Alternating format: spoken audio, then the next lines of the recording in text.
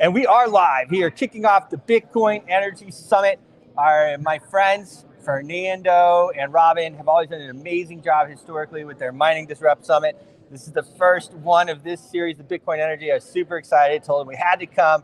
Almost hot in from Dubai. The guys, actually, Robin and David, came straight from Dubai here to Miami, then holed up for a couple of days working. I have with me here Leo Miller, very interesting guy, working for Oracle. So tell me a little bit about what you're doing at Oracle and what brought you here to the Bitcoin Energy Summit. Yes, thank you for having me here. It's a pleasure to be here in my hometown, and thanks for flying in. What an amazing event to be here. Back here is bigger this year than ever, and it's looking great. You know, I'm here because Bitcoin is a big part of my life. It has grown within me as I have grown with it, and working at Oracle as a technology company. And I'm a project manager, and I'm focused on, in the past, sustainability projects, calculating emission factors. And I'm here to understand and learn more than I am to teach. You know, I'm just a young buck trying to learn from everybody else, like yourself. Amazing, young buck like myself. It was funny, actually, we were just talking off camera about the father-daughter dance. And I'm there around all the fathers, and our kids are like the same age, but I was the youngest guy. And around these conferences, running around the Bitcoin space, I'm like the oldest guy, like most of the time. Well, I was like that's laughing. a privilege. That's a privilege. Yeah. Well, both ways, right? Actually, it's fine. A lot of experience. Nice. Been in Bitcoin for like over 10 years, so that's something else. So you have some history personally with Bitcoin. Yes. Sounds like. Have you mined, or how have you? Go ahead. I have not mined. Okay. I have a particular stance about mining overall. Okay. I like to see the trend where we're going, where mining is becoming more efficient. Yep. Previously, mining, people were cowboys, mining in the back of their homes. Now it's getting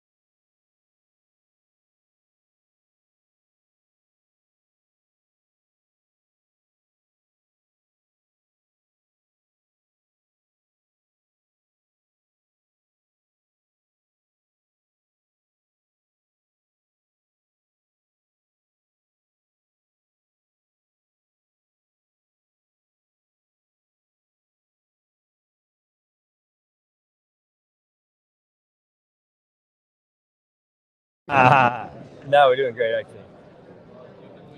So you can hear us now? Good. We're good? All right, we're going to continue because we're live. And that's how live is, right? So that's pretty interesting. Let's take it out of the box a little bit. You have, so for Oracle, what are you doing? Are you doing anything for Oracle, part of this? I'm working space? with vulnerabilities management in the Okay. cybersecurity space. Okay. My study has been in cybersecurity. Okay. I'm a project manager, so a lot of the projects that I do now is in vulnerability management, and I'm also working with different technology solutions to conduct migrations. Yeah. And as a project manager, I worked with companies like Goodyear in Brazil, Green Plains, different companies to help them calculate emission factors as part of their environmental health and safety program. Amazing. So different projects take me different places. Yeah. I am where I am today, but my passion is crypto and Bitcoin. Yeah. And making sure that we have a sustainable future ahead that makes mining what it's supposed to be, a management tool for governments, institutions, and people to control emissions rather than induce emissions into the atmosphere. Amazing. Well, that's, as you are working with these different high-tech companies that are mining and everything else, the big stuff, it's all about power, grid management, and these types of things.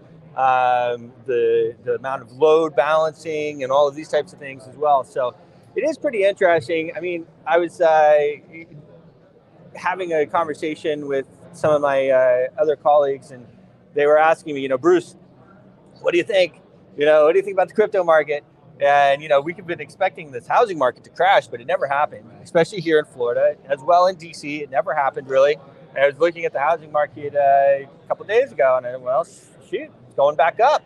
And, I think it's an election cycle has already started. And I don't know if we're going to crash any more than we already have. That might have been the bottom for this cycle, which is pretty crazy. Yes. I love talking about market movement and market price action. I've been involved in Bitcoin for several years, almost a little less than a decade. My first purchase was at $300. I say it proudly. And market price, I love it when people tell me that Bitcoin went down in the last couple of years, because I understand their perspective. They probably got in at a bad time. The perspective that I carry, coming from $300 or even $1 for some folks in this conference, is that it has never gone down. Because today where we're sitting at is pretty high, and that means that it's a base for where we're going to go. Some people have $1 million predictions per Bitcoin.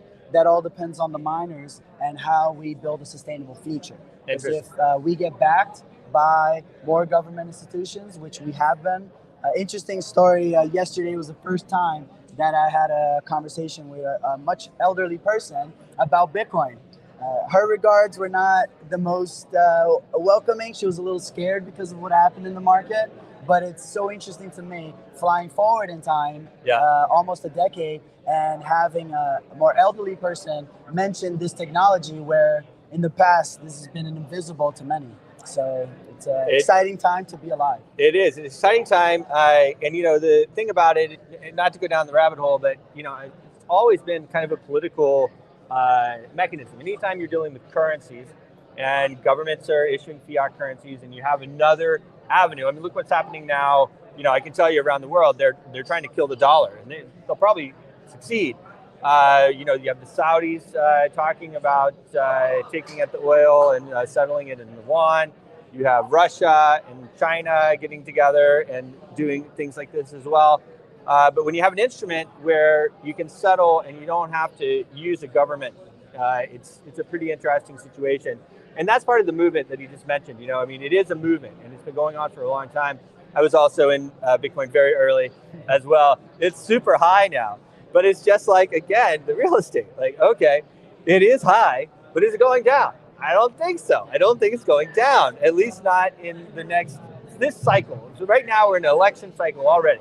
You see Trump is talking, everything's going on. They have to keep the market up. They have to keep it up, or else they know that they're definitely not going to win, even with the magic machines, you know? So what's interesting is the contribution that everyday folks have on the market. The market was built by us. Banks, institutions, they came in after and they're still adopting, but the people on the ground, the people here, we're kicking off Miami NFT Week. We just finished off the Ultra Music Festival. Things are happening now because we're here and we're gathered with the mining community to make things happen in a better way than it's ever been done before. And that's the reason why we're here. And the ball is only rolling with us. It really begins with us here. We've been here year after year, and it's without these events, we cannot expect the future to be brighter. It really takes a lot of energy from us and expenditures of energy, measuring our expenditures of energy to make a brighter future for all of us. I think it's a great way to finish off. Social media website. How do people find you? Yes, you can find me on Instagram. I'm the Miami Crypto King. So at Miami Crypto King, I'd love to see you there. Thanks so much for coming on. Thank you very much. It's been a pleasure. Appreciate it. See you soon.